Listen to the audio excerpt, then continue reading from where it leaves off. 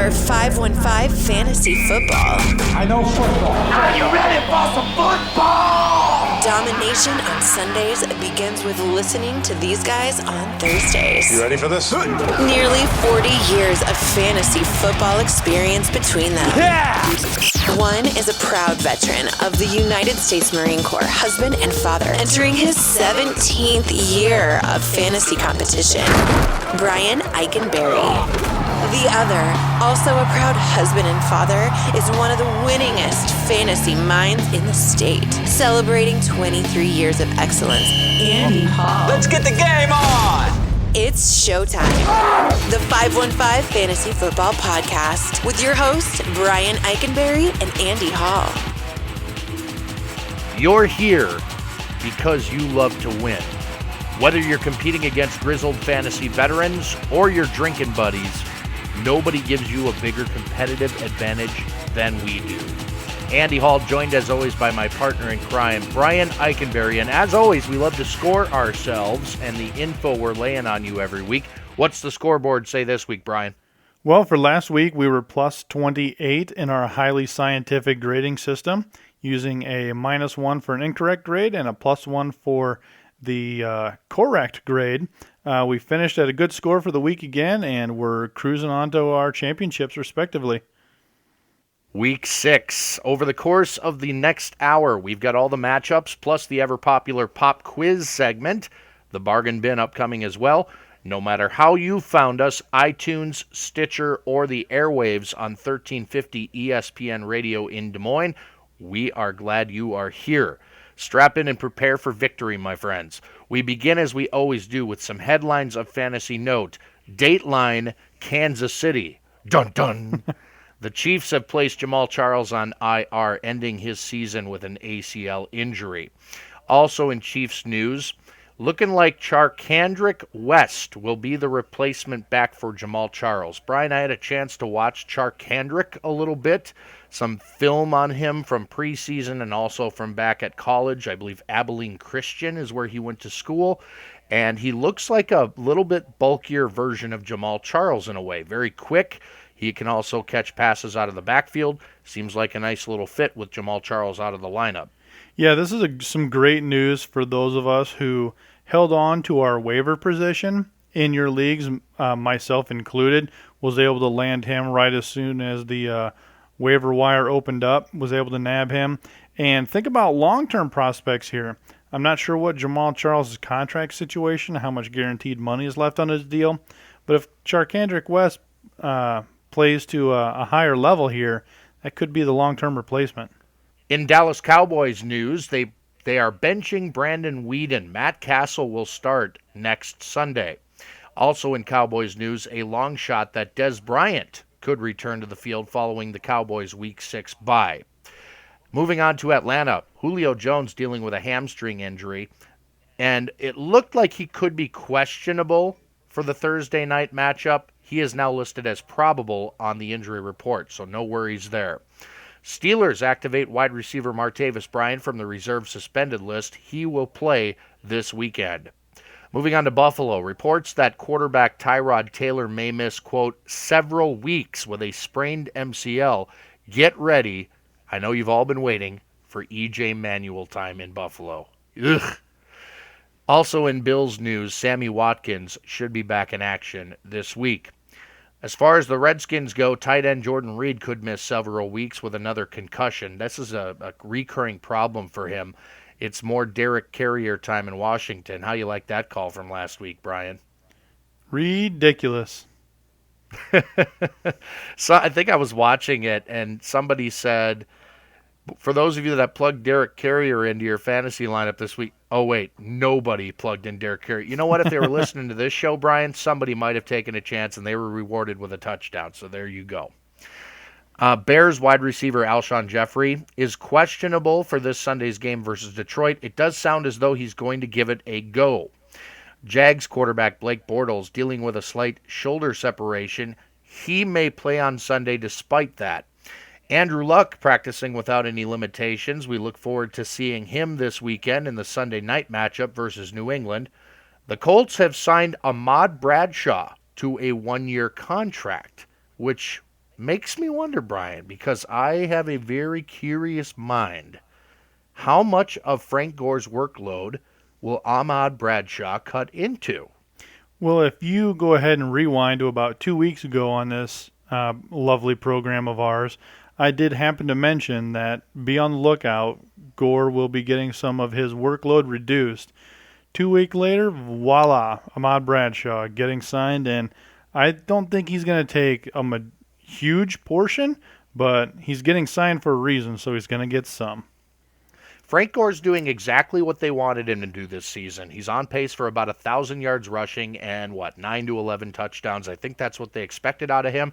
Ahmad Bradshaw, a guy that already knows the offense, a great pass-catching back. If there's one part of Frank Gore's game I'm surprised we're not seeing out of him thus far, it's the pass-catching. Ahmad Bradshaw comes into the Colts fold in that respect.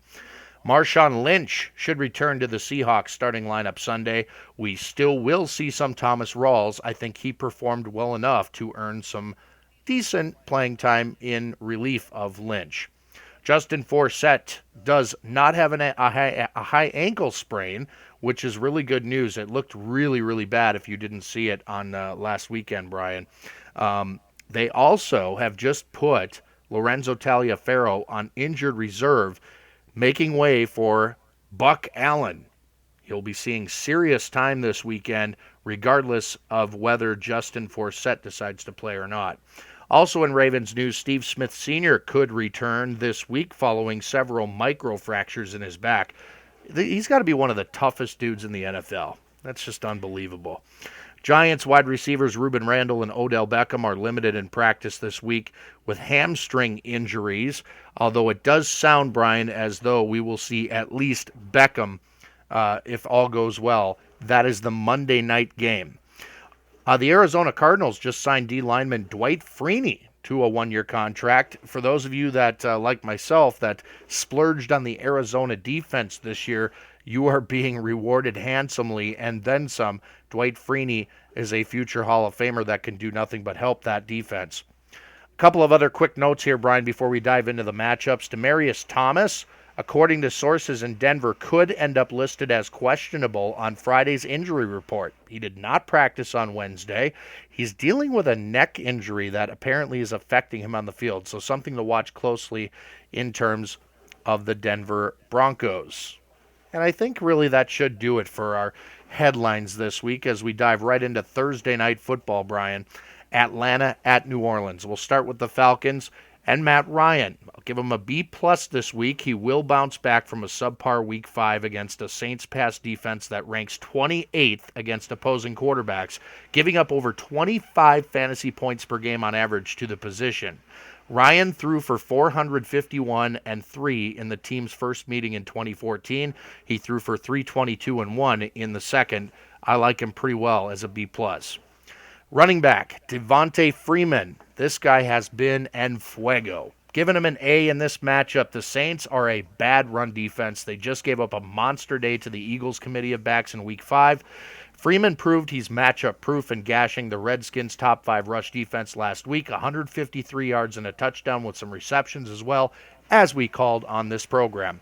On to the receivers and Julio Jones. I give him a B this week. He's probable with that nagging hamstring. I wouldn't hesitate to start him considering this news, but temper my expectations and refuse to believe he will be a massive player this week in terms of volume. Ryan will lean more on Freeman and Tammy than look exclusively at the less than 100% Jones, at least in my opinion.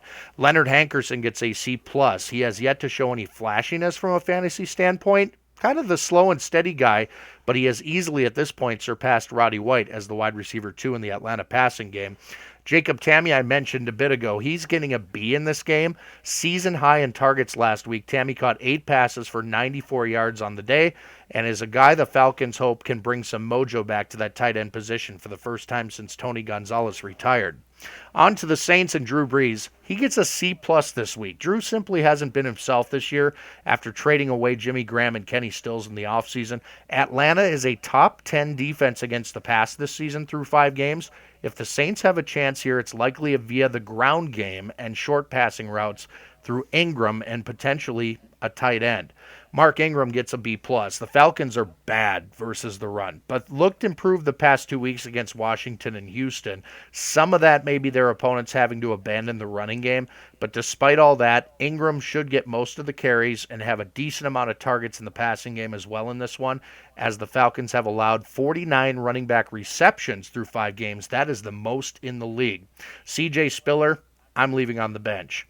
The receivers, Willie Snead gets a B. He's the volume guy in the Saints offense. He'll get his opportunities even against a Falcons defense that currently ranks 5th in the NFL versus opposing wide receivers. Brandon Cooks will get a C+. Very boomer bust as we've seen. Cooks was regarded as a major disappointment until last week when he finally found the end zone. I'll wrap up with Benjamin Watson. A C- for him, not seeing enough targets to warrant any fantasy consideration here, even though he did reach the end zone last week. Well, the Redskins-Jets matchup, this is actually one that's surprisingly filled with a lot of fantasy options, just on one team, not the other. The Skins gave one heck of a time to the Falcons, losing in overtime, real heartbreaker. Would have loved to see that upset. Washington was playing great, or was it Atlanta playing bad? Likely both. Kirk Cousins faces a challenging pass defense in the Jets, which is nice and arrested. Kirk Cousins gets a C- here. Nothing really going for him at all. He's got 5 touchdowns, 6 interceptions after week 5, so it's a no-go for me. Running backs, well, which one of the 3 do you not want to start at all? If you're looking for bye-week fill-ins or injury replacements, there are likely better deals available elsewhere. All 3 running backs on the Redskins combined for 50 yards last week. The game was never out of hand, and in fact, Washington led through 3 quarters. So that tells you what kind of running backs you're dealing with here. A lot of people thought Alfred Morris could do a lot of stuff. Matt Jones, who shined in one game, disappeared in the rest. So with that said, Matt Jones, who's also questionable, C. Alfred Morris, C-, and Thompson gets a D. Wide receivers of note, Pierre Garçon, B-. That team really needs Deshaun Jackson and Jordan Reed back in action. If Jackson does go, best just to give him some more rest time on the bench. It's not worth really biting on a grade or really throwing him into your lineup. It's just not a good situation for him to be in, especially against the Jets secondary. He could re-injure himself or just be a little bit slower. Reed's still in concussion protocol, and it's not looking optimistic with his history of concussions. So what I'm trying to say here is there are no Redskins that you should be playing of consistent fantasy value. The Jets, on the other hand, are well rested and get a very favorable matchup here. Fitz is a starter. Geno's still sitting, even though his jaw's back to being good. B for him. So he's sometimes shaky, but I think he's got a good chance here against the Redskins. They have a surprisingly stingy statistic. They are the 8th fewest fantasy points to opposing quarterbacks here. Fitz is likely going to throw a pick or 2. Remember what I said about the trio being healthy? Marshall, Decker, Ivory. If they're all on the field, you're going to get some fantasy points here. Brandon Marshall's going to get an A here. When he is getting 10 or more targets, he is over 100 yards per game and has 2 touchdowns. Decker is a sweet treat compliment here. He's getting himself a B in the 3 games he has played. He has a TD in each with moderate yardage. Not bad considering the injuries around the rest of the league here. Running back Chris Ivory, surely going to get his time in this week with his fresh legs. He's averaging 5 yards per carry, 100-plus yards per game, and has 3 touchdowns. So all 3 of those is fantasy points magic. He's surely going to get his 20 reps in, and you're going to scoop up some great points considering what his ADP was, Andy. Arizona at Pittsburgh. We begin on the Cardinals side of the ball, and Carson Palmer, he gets an A. Though the Cards possess one of the league's best rushing attacks, I believe this one will be won through the air, Brian. Palmer faces a Steelers defense that ranks in the bottom 3rd against opposing quarterbacks, and since he makes good decisions and quick, he should thrive in this matchup. As far as the running backs, Chris Johnson, a C+. Pittsburgh is very good against the run, and with CJ K splitting time with both Ellington and the rookie Johnson, it's tough to imagine a scenario where he exceeds his average performance. Andre Ellington gets a C in this matchup. Aside from his 63-yard scamper for a score last week in Detroit, he did virtually nothing. Pittsburgh is a much better tackling defense than Detroit is. David Johnson, I'm just going to leave on the bench. He appears to be the designated goal line back if Week 5 was any indication. He'll get very few touches. He's facing a great run defense. Leave it alone. The receivers, Larry Fitzgerald is a B+. The Steelers can and have been beaten through the air more weeks than not. Fitz will continue to be Palmer's go-to guy in the passing game, giving him plenty of opportunity to produce on Sunday. John Brown is a B. Home run threat. Brown hasn't seen the targets Fitz has, but he's doing a lot with the targets that he's getting, and the guy is just simply always a threat to score. Darren Fells is the tight end. I'm going to give him a C+ here. I like him as a sleeper this week, much like I mentioned Derek Carrier for Washington. The Steelers have been beaten badly by opposing tight ends, particularly Rob Gronkowski, and then we just saw Antonio Gates last week score multiple touchdowns. Fells is a big target. Palmer should have no problem finding him down the seam a handful of times on Sunday, and who knows, if it's in the red zone, Fells could end up in the end zone. Let's move on to Pittsburgh and Michael Vick. A C- for Michael in this one. Arizona is one of the league's best at creating turnovers, ranking 5th in the NFL against quarterbacks, and they've faced much more accomplished guys than Vick through 5 games.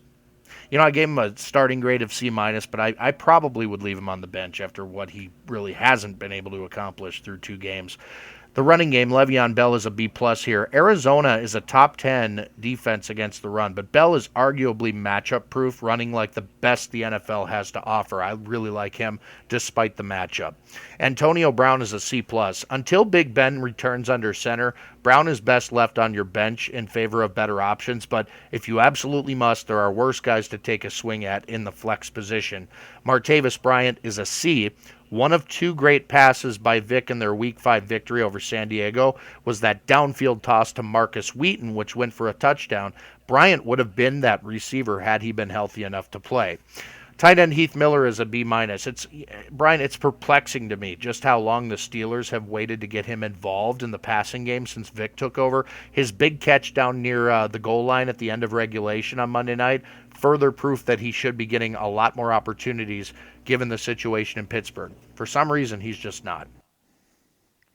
Well, I'm not even a Roethlisberger owner, but I am just begging and begging for him to get back in there because I am an Antonio Brown owner, and it is killing me for him to be on the bench.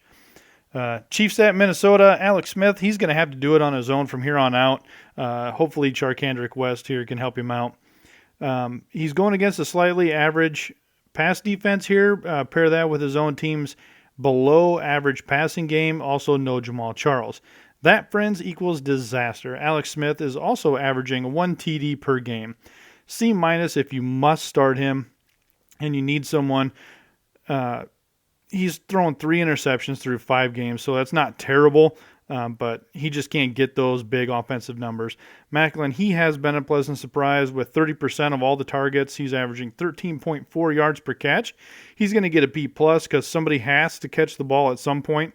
No wide receiver 2 worth a mention here. It's tough times for the wide receiver crew in Kansas City. Tight end Travis Kelce. He has slumped, but I'm not expecting him to get his mojo back here with the Vikings.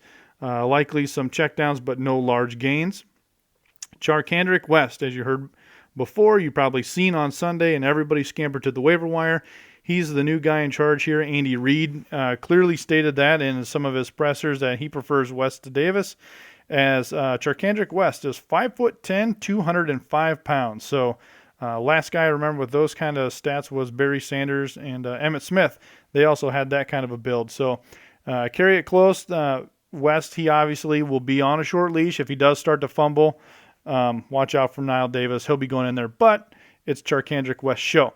So West gets a B and Davis gets a C- until we see them truly in action. The Vikings, hopefully they get a focused Teddy Bridgewater here. He's just been terrible. There's no easy way around it. He was drafted in plenty of leagues and all has since been dropped. He's got 2 TDs and 2 interceptions through 4 games, meaning that he's either going to get you a touchdown or an interception per game. It's up to the gods at this point. C for Teddy B, only because the Chiefs are 27th against the pass. He's likely due for a breakout, and this week might be the one. AP gets a healthy A here. He's coming back hungry off his bye week, so watch out. He's averaging 5 yards per carry and nearly 100 yards receiving. He is the only real offense in Minnesota. Everyone else are compliments from a fantasy football point of view. Wide receiver Mike Wallace, he didn't practice on Monday, so hopefully he's getting his rest in there. If he's back, give him a B. He's getting a shot because somebody has to get some good yardage here. He certainly has the talent to do so. It's really just a matter of motivation or QB play. Tight end Kyle Rudolph, C+. He is hard to give any other pass catcher a grade here just because it's not a good place to be. I would likely rather start teams wide receiver 3 over really any pass catchers on that Vikings roster. Cincinnati at Buffalo. We begin on the Bengals side of the ball with Andy Dalton. He gets an A- in this one, Brian. Despite their reputation for being a stifling defensive unit, Buffalo is actually below average when it comes to slowing opposing quarterbacks, ranking 24th in the league against the position. Dalton is having the season of his career thus far, and I don't see that changing this weekend. The running backs, Giovanni Bernard gets a B. It feels like the type of matchup Bernard will outtouch Hill as the preferred method of attack against the Bills' top 10 run defense. Dual threat as a rusher, and more importantly, a pass catcher. He would normally get a better grade, but Buffalo is a very good run defense. Jeremy Hill, a C- in this game. Tough sledding this week. The Bills generally do, as I say, a very good job slowing power backs like him. The wide receivers, A.J. Green is a B in this matchup. The Bills are ranked 25th in the league against opposing wide receivers, giving up big games to Rashard Matthews, Julian Edelman, and T.Y. Hilton thus far this season. Green is a decent start this week, but Stephon Gilmore and Ronald Darby will make him work for it. Marvin Jones is a C+. There have been cases where Buffalo has slowed a wide receiver 1 like A.J. Green, only to surrender big yardage games and or scores to an opponent's wide receiver 2, thus opening the door for Marvin Jones, who I rank slightly higher than Mohamed Sanu, who gets a C. With so many mouths to feed in that Bengals offense, someone ultimately will take a hit from a fantasy standpoint. My money is on Sanu this week. Tight end Tyler Eifert, he's an obvious A. Top scoring tight end in most standard scoring fantasy formats, so I like him despite the tough matchup. Buffalo side of the ball, E.J. Manuel is your starting quarterback. Moving on to the running backs. Boom Herron is a C in this one. The matchup is decent, but Herron, he's average at best. Only 3.1 yards per carry in the Week 5 game against Tennessee. Boom outcarried Booby 9-7, but was invisible in the passing game. His ceiling is extremely limited, and his floor is pretty low. I'd look elsewhere. Booby Dixon isn't even worth talking about, but if Herron's 3.1 yards per carry was pretty bad last weekend, Dixon's 2.7 was even worse. I would leave him on your bench. Percy Harvin, wide receiver, C-. 0 catches for 0 yards on 4 targets last week. Not Harvin's best week, certainly, but there's reason for a touch of optimism against a Bengals defense that generally allows one opposing wide receiver a game, either yardage, scores, or both, a la Steve Smith back in Week 4, who blew up huge, if you remember. Chris Hogan, I'll give him a C here. He caught all 3 passes he was targeted by Taylor in Week 5, including one for a score. He's surpassed Robert Woods and Marquise Goodwin in the opportunity department in Buffalo.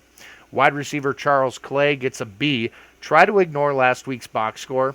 That was an aberration, in my opinion, when you look at what Clay does on a typical week. Since he has been good against opposing tight ends through 5 games, but Clay may see more action because Manuel will be forced to make quick decisions in the pocket. One more matchup out of you, Brian, and the pop quiz is up next. Well, let's do this Bears-Lions matchup. Cutler's going to get some action here this week against the Lions team that's struggling on all sides of the ball. Give Cutler a B here. I really don't want to, but I have to. He's going to want to capitalize on last week's momentum. He's been pretty average thus far and should get some weapons back this week.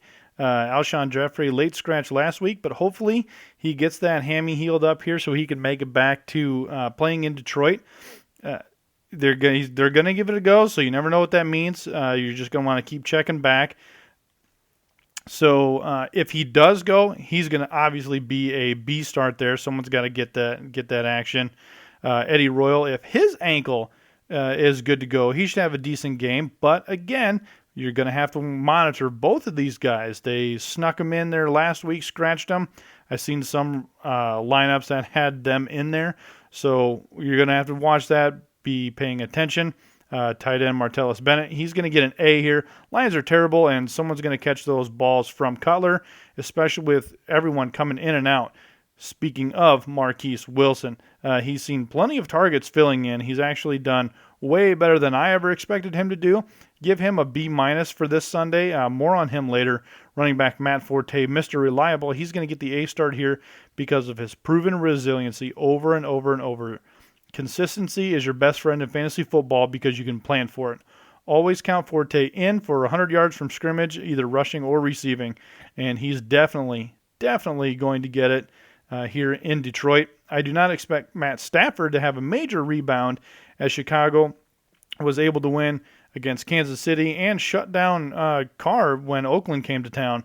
Third-ranked pass defense out of Chicago. Do you remember how they handled Rodgers in Week 1? Stafford gets a C+ here. I believe the Lions will be overly conservative, trying to make smarter throws and not trying to push the ball downfield as much. For that reason, Calvin Johnson gets a B-. Golden Tate, who has disappointed as of late, he's actually going to get a B here, higher grade than Calvin Johnson. I expect short, quick passes, which Tate is really good at. He runs really sharp routes. Tight end Brandon Pettigrew, he was back in the lineup last week. He made some catches for first downs. He's not going to have a huge day, but he's going to have an average tight end day, C+ for him. Running backs here, yikes. Whether it's offensive line, play calling, always playing from behind. Abdullah, he can't get it together. He can't hold on to the ball. Jim Caldwell, he has shown his intolerance for mistakes. He's benched Matt Stafford. He's benched Abdullah. He's bound to bench somebody else here pretty soon. So Joique Bell, he also might return. There's whispers of him going around. Don't count on it yet, but watch out for Theo Riddick, B-. Last week's bargain bin paid off huge with 10 catches, 53 yards, and a touchdown. Nobody's listening. He's still out there and available. So more on him again. The O-line is having trouble. Stafford's confidence low. The Lions are the Lions, and it's a bad time for that organization. So careful who you start there. All right, Brian. We move on to the ever-popular pop quiz. 3 really tough questions. Brian, are you ready? Never, but let's do it anyways. I'm very proud of this week's questions. We begin with number 1. With Jamal Charles out for the rest of the season with a torn ACL, who is going to be the Chiefs' leading rusher over their remaining games? Will it be A, Charcandrick West, B, Niall Davis, or C, someone not currently on roster? Well, it's going to be Charcandrick West. He has the physical attributes, as I mentioned in my breakdown. 5'10", 205. That is awesome for a running back. Let's hope that he pans out. Let's hope that he is what they really, truly need him to be. I'm not a Chiefs fan, but they really need this to work out. And those of you who picked him up in a potentially keeper league, you really want him to work out. So I am going with Charcandrick West. The answer is Charcandrick West. It's a leap of faith considering the only hard data we have to go on here is the usage once Charles left last weekend's game. West carried the ball 7 times for 31 yards. He added 1 catch for 5 yards. Davis had just 2 carries for 2 yards. Now, the Chiefs have brought in both Pierre Thomas and Ben Tate for workouts this week, but nothing yet would indicate either would step right in and usurp West for running back 1 duties. Yet. So you got the right answer on that first one, Brian. You got to put a softball in there at some point, right? Correct. On to number 2. 88 touches for 539 yards and 7 touchdowns. That is Devontae Freeman over his past 3 games. Brian, that's an average of 23.67 carries for 120.67 yards, 2.33 TDs, and 5.67 receptions and 59 yards receiving per game. Assuming he remains healthy, will Devontae Freeman finish as fantasy football's top scoring running back? Well, I was kind of having this conversation earlier in the week about he's got to collapse at some point, right? I said that in week 2. I said that in week 3. I said that in week 4. And I just keep saying it over and over and over. It's not happening.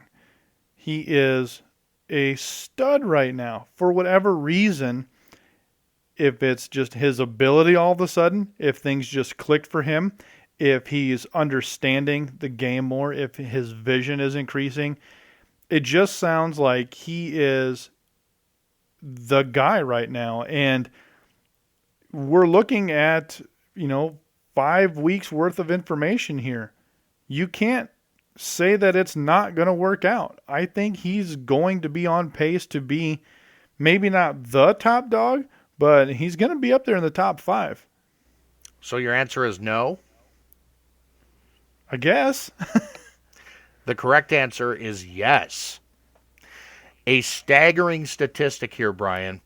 Even if you were to take away all 7 of Freeman's TDs, he is still the number 3 ranked running back in PPR formats, behind only Matt Forte and Jamal Charles, the latter of which, of course, saw his season come to an unfortunate end last week with an ACL tear.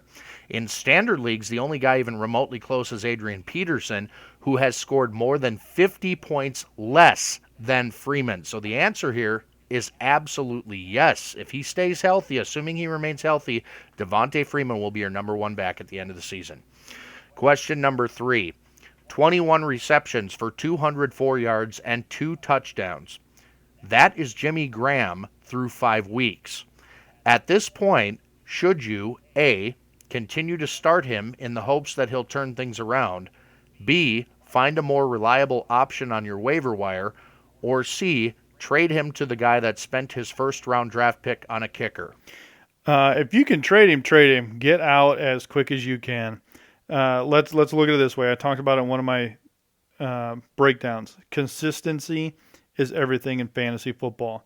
You cannot hope for next week. You cannot hope that things get together. You have to realize the situation, cut bait, and get out of town. You just mentioned it with Antonio Brown. You don't want to put Antonio Brown on your bench, but it's clear Vic is terrible. And as long as Vic is there, it's not happening because Vic is terrible. And it's just not happening. Look at Le'Veon Bell's carries with Vic in. It's the same situation. Jimmy Graham was brought in to block in that scheme that revolves around Marshawn Lynch. Jimmy Graham is not a blocker. The offensive line is hurting. They traded away their center. And look at what's happening to Russell Wilson and that offensive line. Jimmy Graham is not the option. Cut bait, get out of town. I don't think you can trade him, Brian. I don't think you'll get anywhere near the value that you should get from him. You're taking essentially a big loss if you do try to trade him away. So my answer is B, find a more reliable option on the waiver wire. Graham has proven he cannot be trusted as a no-brainer starter, considering how the Seahawks coaching staff is not using him. Gary Barnidge, Crockett Gilmore, Derek Carrier, just a few names that come to mind in case you're scratching your head on this one. Graham should not be ignored completely because you never know, but he's only in your lineup if it's a positive matchup. Otherwise, you'll have to find someone else. You didn't do too terribly bad, Brian. But if you can trade him, if some guy's going to trade for him, you're just going to put him on the waiver, so get something out of him. Yeah, but again, you'd be taking such a big loss considering what you have invested in him, probably a second or a third round pick in your draft. So you're not going to get equal value there. You're taking a loss. I think you keep him on your roster. Part of the reason is because I don't think anybody will want to trade for him, but then also there's the fact that you're just admitting you're taking a huge loss there, and who knows if the player you'll get in return will be anywhere near as good. Graham, in standard scoring leagues, surprisingly, is number 10 tight end, which surprises the heck out of me. But anyway, there you go. That is the pop quiz. Back into the matchups. We got to breeze through these, Brian. We're running out of time here quickly. Denver at Cleveland. On the Broncos side of the ball, Peyton Manning is a B+ here. The Browns stink on defense. When Peyton wants to pass, he'll be able to pass. Cleveland has given up 10 passing touchdowns on the year, only have 1 interception. They rank 28th in fantasy points to the quarterback position thus far. Manning's ceiling slightly limited by what I think the running game should be able to accomplish in this game. Speaking of the running game, big question marks here. Will it be Hillman? I hear he's a little banged up. Will it be C.J. Anderson? Pay close attention because whoever ends up starting this game gets a B+ out of me. Cleveland has allowed the most running back rushing yards in the league, an average of nearly 150 yards on the ground per game, 6 touchdowns. Denver's running back, whoever it happens to be this week, should have themselves a day. And I tell you what, maybe this is the game C.J. Anderson gets that opportunity and makes the most of it. The receivers, Demaryius Thomas, let's assume he's healthy for the game this weekend. The Browns simply don't have the guy that can stop a receiver of Thomas's size, strength, and speed, so he would be an A. Emmanuel Sanders, an A-. I like Sanders as the possession guy in this game, likely ending with a team high in targets and receptions. Again, as was the case with Manning, the ceiling here is capped if and when Denver's running game gets going. Owen Daniels is a C-. It's a nice matchup, but even in the greatest of them, Daniels runs the risk of going missing like he did last week against Oakland. He can't be counted on even in the red zone where his only value really is. Only start him if you're absolutely desperate. On the Browns side, Josh McCown, wouldn't bother starting him. Denver's been phenomenal this season, holding opposing quarterbacks to an average of less than 9 fantasy points per contest. McCown has been unbelievably good the past few weeks. He won't be this week. Duke Johnson, a B-. He likely won't be asked to run the ball much, if at all, but he will most certainly partake in the Browns' short passing game, which has yielded decent results in the past few weeks, so a moderately tempered B-. Isaiah Crowell I would leave on the bench. Denver is excellent in pass defense. They're pretty darn good against the run, too, giving up an average of only about 85 yards per game, allowing only 4 touchdowns. The Crows scores here only if Cleveland gets near the goal line, and I don't think they will. The receivers, I don't think I'd start anybody in this game, to be honest. Travis Benjamin, Chris Harris, Aqib Talib, they're studs at the corner position. Beware of Benjamin's first big dip in production this week.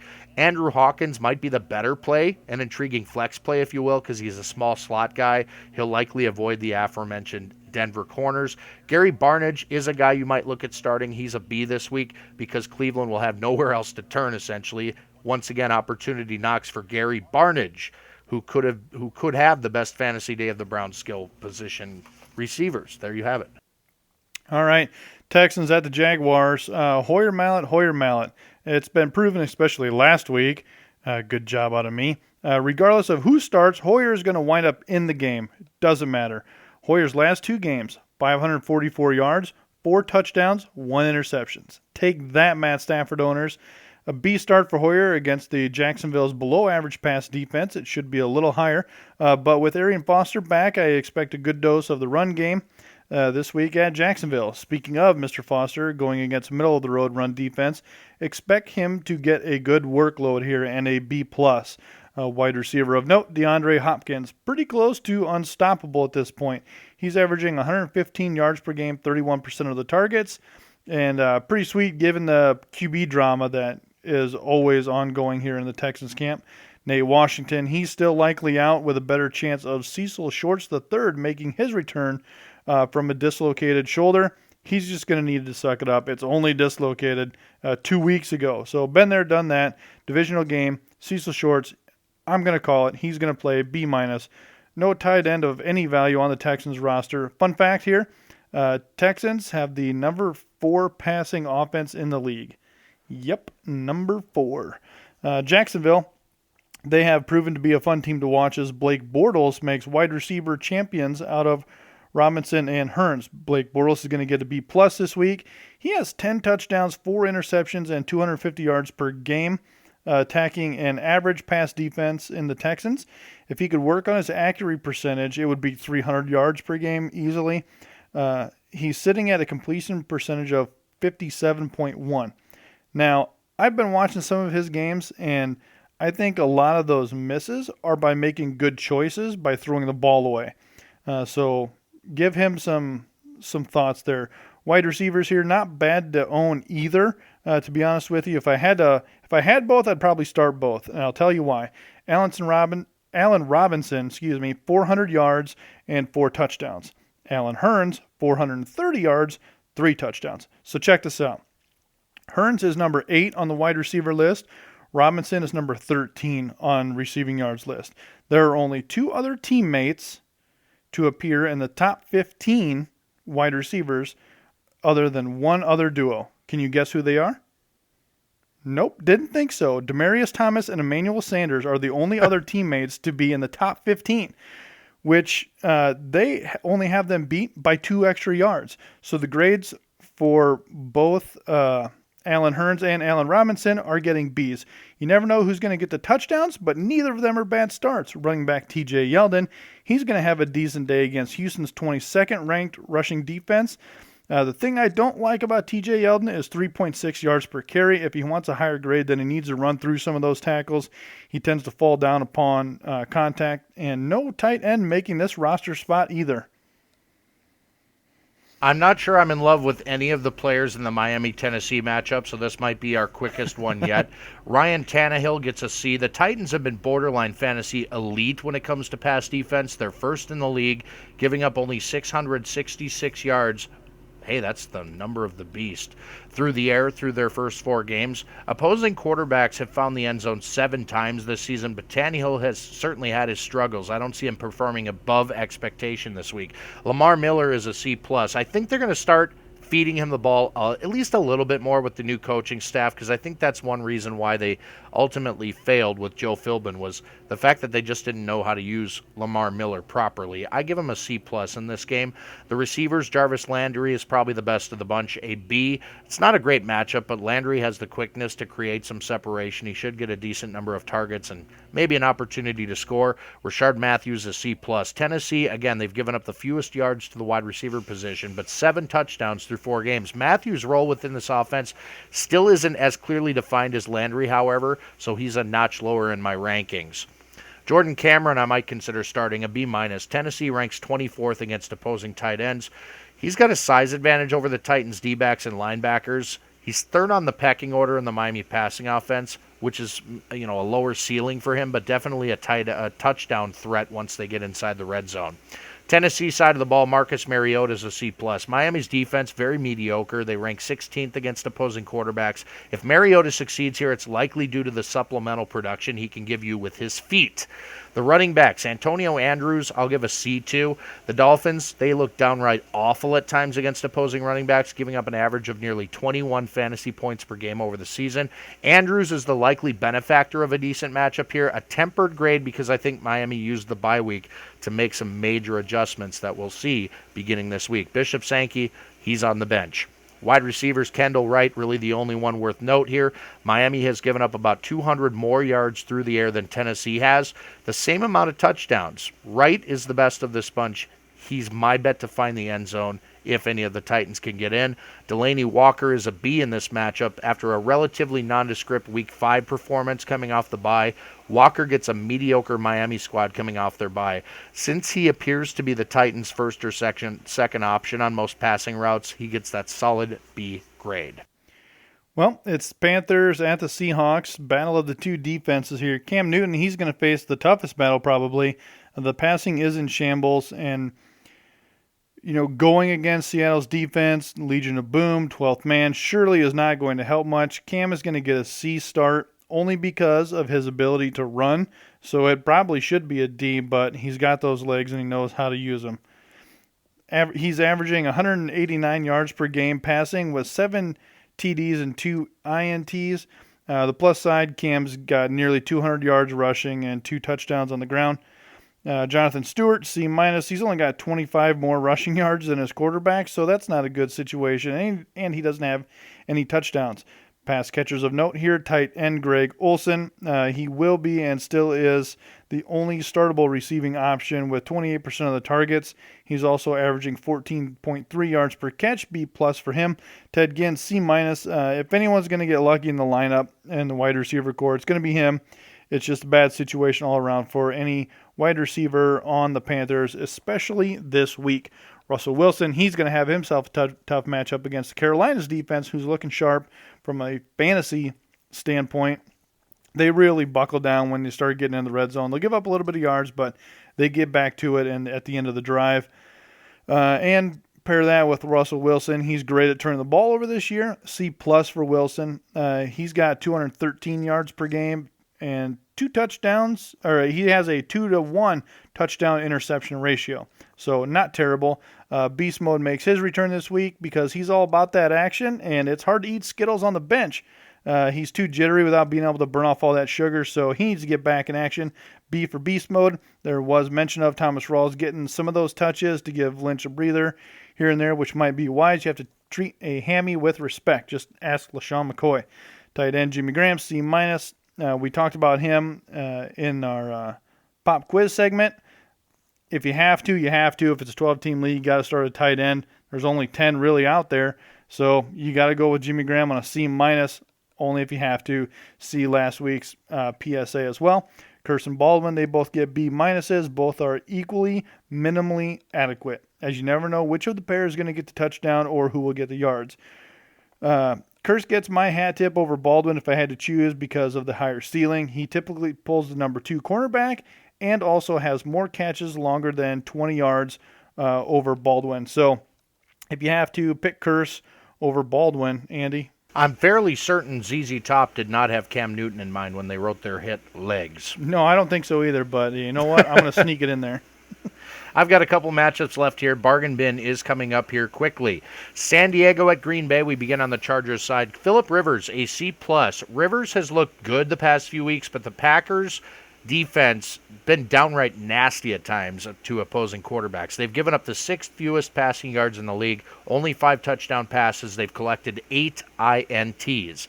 The running game, Danny Woodhead is a B-. I don't like that it appears the Chargers are giving Gordon more snaps and touches the past couple of weeks. It seems to be a trend here that Woodhead, while still remaining a staple in the short passing game, is sort of being phased out of the running game, which is unfortunate, especially when San Diego gets inside that 5-yard line. He's been money there. Speaking of Melvin Gordon, I'll give him a C here. On the road with the offensive line he's hoping will create holes for him to run through. I wouldn't bet on it this week. The receivers, Keenan Allen, a B-. Volume may take a hit with the return of Gates, but still the unquestioned wide receiver option that Rivers has. Malcolm Floyd, I'm leaving on the bench. Speaking of Gates, he's an A here. He looked great in his return from suspension last week. Moving over to the Packers, Aaron Rodgers, a B-. Another unfriendly matchup this week. San Diego, they've been very good against opposing quarterbacks. Rodgers would be wise to lean on Lacey this week, and I think he will, and escape with another victory rather than risk more turnovers by forcing it to his receiver core. Eddie Lacy is an A here. This game is all lined up for a huge volume play and opportunities for multiple scores. San Diego is 30th in the NFL against the run. The receivers, Randall Cobb, a B-. This could be a difficult matchup, particularly if Jason Verrett shadows him all day.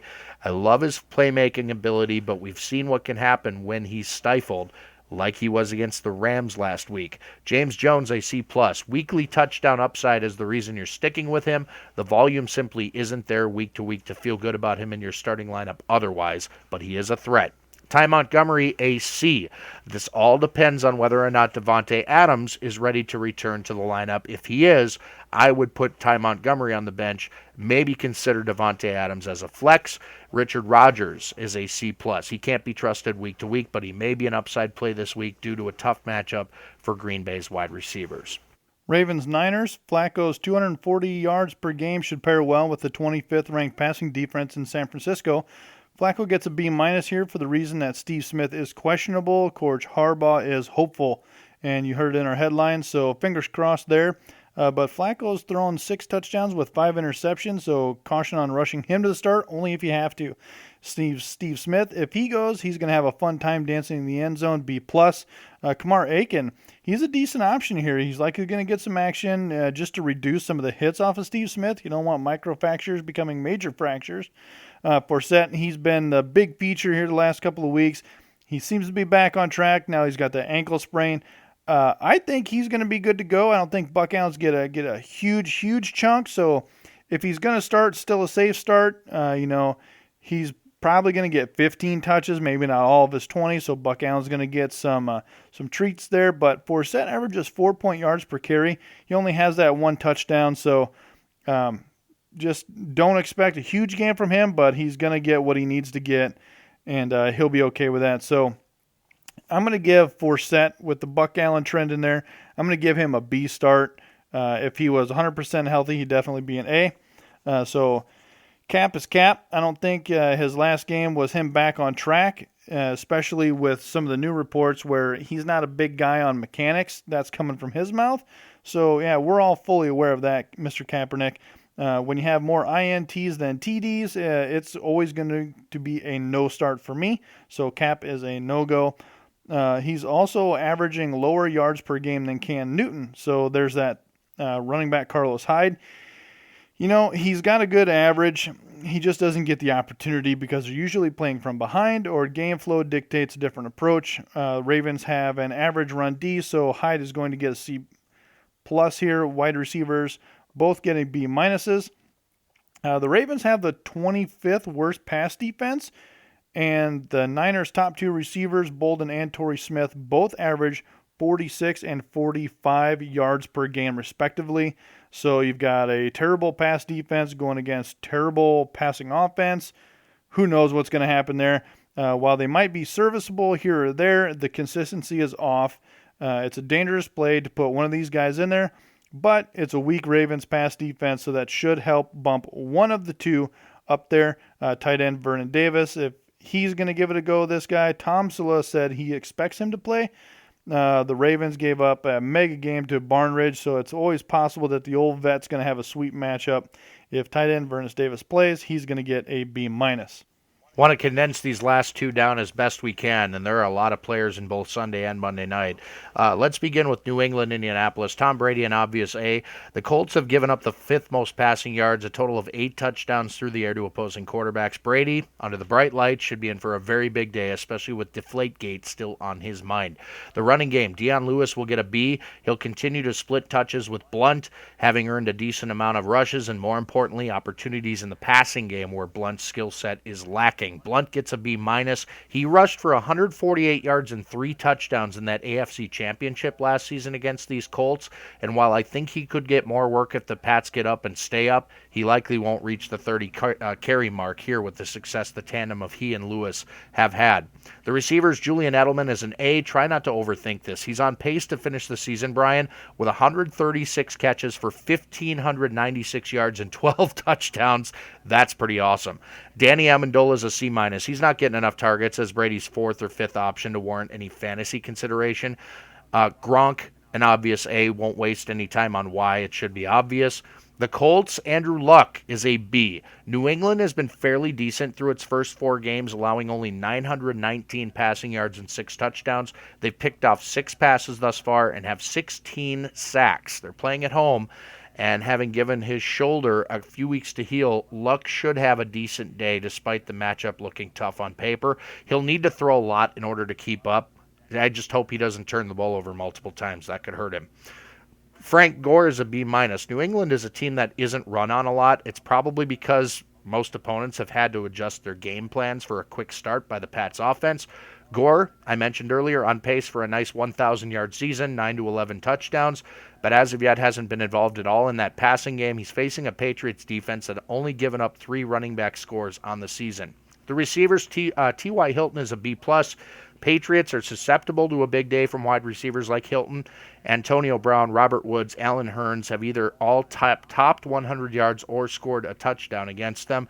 Dante Moncrief, a C+ here. He's lost in the shuffle of last week's Andre Johnson resurgence. Good time to pump the brakes on him a bit. Likely continue to be Luck's second best option in the passing gun going forward. Andre Johnson, I'm leaving on the bench. I think last week was a fluke. And if both tight ends are playing, which I think they will be, I wouldn't consider either of them, Dwayne Allen or Coby Fleener. Let's fly through that Monday night and get to the bargain bin, Brian. All right, let's do it. Hey, Giants at the Eagles. Eli continues to impress and show why he gets paid making magic on TV. I was wrong about Eli, but there's lots of good things he's going to do against Philly here. A-star for Eli. Eagles are 26 against the pass. Eli's completing 66% of his passes, 10 touchdowns, 2 interceptions. That's pretty good QB going on Monday night, so the answer is simple. A for Eli. Wide receiver Odell Beckham Jr., he's probably going to take his dances with a little bit more caution this week so he doesn't re-injure himself again. He's been limited all week, but he's going to get that extra day of rest. I expect him to go divisional opponent. You must do it. So A for him. Ruben Randall, he's got his own hammy to worry about. Hopefully he's back in it for a B. I I definitely expect both to play. The Giants are in the driver's seat of the division, and they can't afford to drop a game, especially to the 2-3 Eagles. Running back situation for the Giants here, still only start in case of emergency. Jennings gets a C start. The touches are still low. It's a tough go in the Giants' backfield as Jennings and Andre Williams have 53 carries and 40 carries respectively. Tight end Larry Donnell, C+, his action falling off with the success of Randall and Beckham. Either of those guys don't go, Donnell's value goes up, but I would never ride it out on Monday night. So if they're still questionable on Sunday morning, I wouldn't risk it, and I would start somebody who is playing on Sunday. Hopefully, if you are trotting out Sam Bradford, you don't watch the first half. He takes a little bit to get warmed up, but then he just spreads it out to 5 different receivers, including running backs. Sam Bradford, he's going to get the B+ here as he goes up against the 32nd ranked pass defense in the Giants. If you get cut up by Cap, you can get cut up by anyone. I'm expecting a big game here out of Sam Bradford. He will likely have a pick or two, but his yardage and touchdowns should pair well with them. Wide receiver Jordan Matthews, he's been a relative disappointment lately, but he's got a high ceiling. So B start on his 23% of targets and having twice as many yards as any other pass catcher, even with his 2 disappointing weeks. Riley Cooper, in case of emergency, C. Zach Ertz, he gets a jump start here. The Giants are giving up third most points to the tight end, so let's give Zach Ertz a B+. Running back situation, DeMarco Murray B-, Matthews B-, Sproles C. Murray got it going last week against the he got it going last week, but the Giants' defense is second in the league against the run, 80 yards per game. Yikes. It's not going to be an easy road to run in Philadelphia. One thing is for sure, though, it's going to be a sloppy night of football come Monday. All right, we move on to our final segment of the show, the bargain bin. Players, a quarterback, a receiver, and a running back that you could probably grab off your waiver and plug into your lineup. And it's not exactly hope for the best. It's like you should expect something out of these guys. Brian, who do you got for your quarterback this week? Well, my quarterback, I talked about him earlier, the Houston Texans, Brian Hoyer. That's right. I am going back to the Houston's little dip there. Like I said, his last 2 games, he has 544 yards, 4 touchdowns, 1 interception. And this bargain bin will cover the next 3 weeks for your quarterback. He's going to pay off for his next 3 games. Jacksonville, Miami, Tennessee. Hoyer, he's going to be looking golden for the next 3 weeks. Pick him up now. Teddy Bridgewater of Minnesota is mine. Nobody gives up more fantasy production to the quarterback position than Kansas City. The 6th most passing yards, the most passing touchdowns at 13. They're also susceptible on the ground. We know Teddy can run the ball. Teddy Bridgewater is my bargain bin quarterback. Who's your running back? Wide receiver for the Chicago Bears, Marquise Wilson. He's led the Bears in receiving, and he is the only consistent component to the teams besides Forte. With people's injuries coming and going, you never know if they're going to be there or not. He is actually averaging 15.6 yards per catch, and Detroit's defense loves giving up the yardage. So we're going receiver first. Okay. Oh, well, I'm sorry. I wasn't even paying attention. I was in hyper mode there. That's all right. I'm just going to go ahead and skip right ahead to wide receiver. We'll go back to running back. Jacob Tamme of Atlanta. We covered him a bit in the matchup earlier in the hour, but I really like the usage, particularly with the injuries to Julio Jones and Leonard Hankerson. It's only a matter of time before he hits pay dirt and scores some touchdowns. I'll throw Stephon Diggs of Minnesota in as a bargain bin. He tied a Vikings record with 6 catches in his debut for 87 yards. He looked really good doing it. Charles Johnson and Mike Wallace are both limited in practice this week. Diggs could get extended playing time this week, and if I like Bridgewater, I might like Diggs as well. Who's your running back? Oh, running backs now. All right, cool. Well, hey, I'm going to re-rub on this one. Theo Riddick again from Detroit. Yes, that's right. I'm taking Theo Riddick again. Nobody out there has picked him up. Everybody's like, Lions, whatever. No. Last week he had 10 catches, 50 and a touchdown. He's going to do the same again this week with Abdullah in the doghouse and even on a shorter leash than he was last week. Watch out for it. I'm amazed at how many leagues Shane Vereen is unowned. That Monday night matchup going to be very high scoring with Odell Beckham, Ruben Randle both nursing injuries, questionable for the game. Vereen is in position to see a ton of snaps both as a rusher and as a receiver. He's an extremely versatile weapon that the Giants will continue to use creatively to the delight of his fantasy owners. Brian, sorry it felt rushed there at the end. I hate the fact that we only get 1 hour. Maybe someday we'll have more than that, but want to thank everybody for tuning in again. You can find us on Facebook at 515 Fantasy Football. You can also find us on Twitter at 515 Fantasy. And if you have any questions, concerns, you can email us, 515fantasy@gmail.com. Just like Andy said, if you have a lineup question, if you are curious who you should pick up in a bye week, send us your options, send us what you got, make sure you're descriptive on the league format, and we will get you in the right spot. We hope you'll tune in again next week. Thank you to our friends at 1350 ESPN Radio in Des Moines. For Brian Eikenberry, I'm Andy Hall. This is 515 Fantasy Football.